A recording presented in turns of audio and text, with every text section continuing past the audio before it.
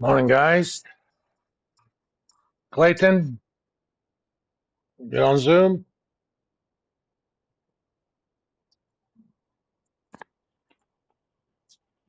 Well, apparently not. Kayla,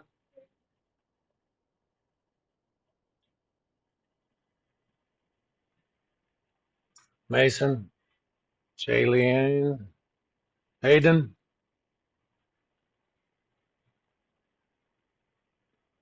Logan, Jackson.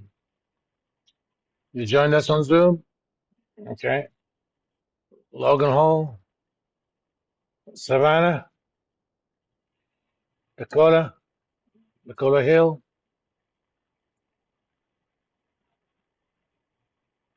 Kelly, David Kelly. Some people went on the spring break early. Dawson, Nate, Moberly, Lauren,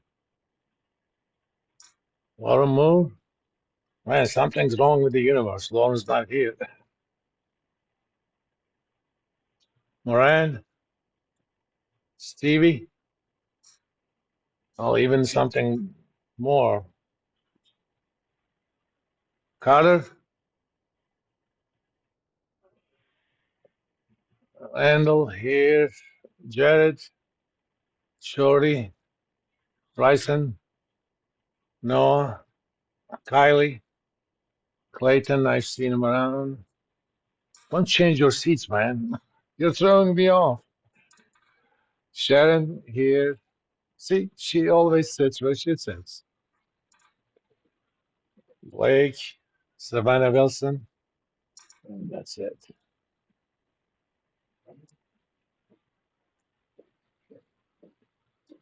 All right, Stevie's back. I was wondering, both you and Lauren were not here. Something must be wrong with the universe.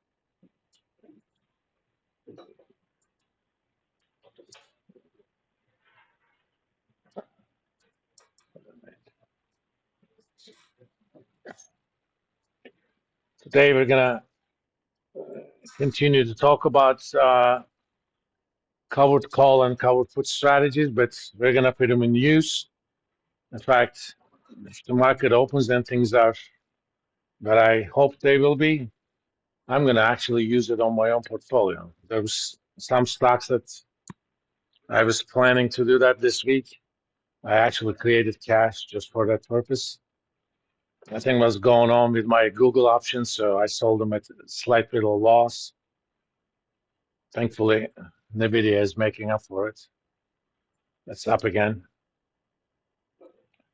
Now, just to remind ourselves,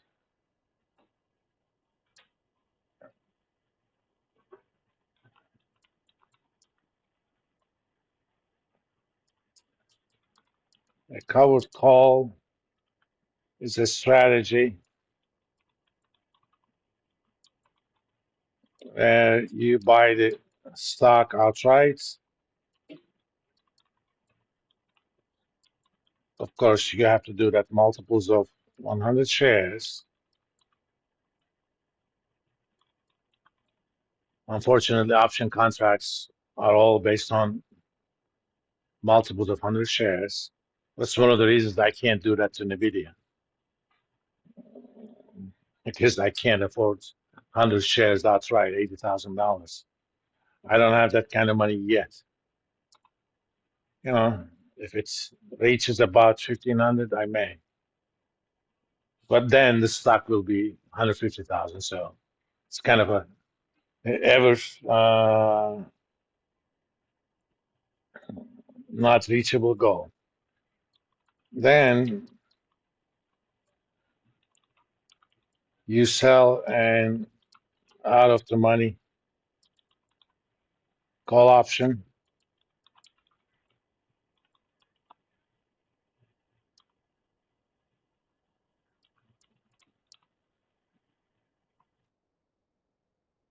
which means strike is greater than current price. I mean, there is no law that says it has to be out of money. But the logic of this kind of trade is I think the stock's going to go up, but I don't think it's going to go up too much during the life of the option. And as a general rule, to the extent possible, and depending on bid offer spreads, use 1 or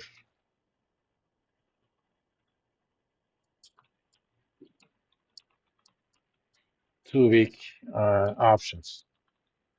Options that expire in 1 week or 2 weeks, or some combination thereof. The reason you want to do that is the so-called option premium per day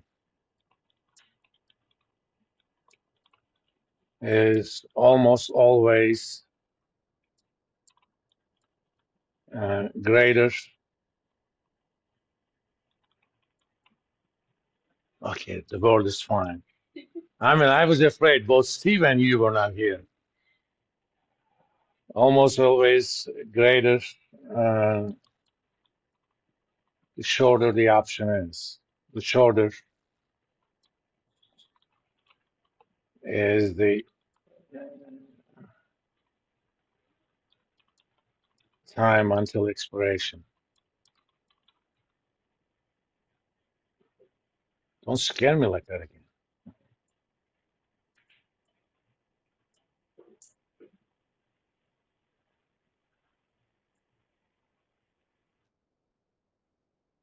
You probably texted each other and said, "We gotta psych him."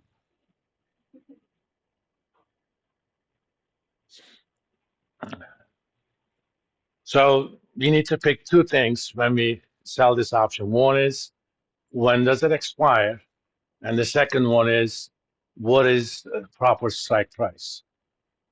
The second choice is the strike price.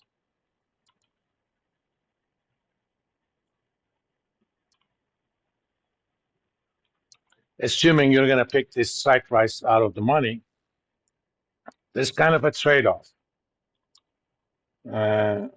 Lower the strike price,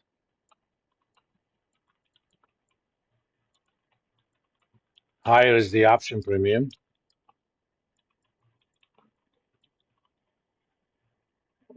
You know, it's not open yet, but let's kind of look at one of the stocks that I'm considering.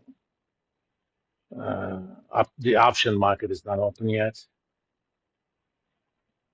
These guys are somewhat speculative option plays, AI plays,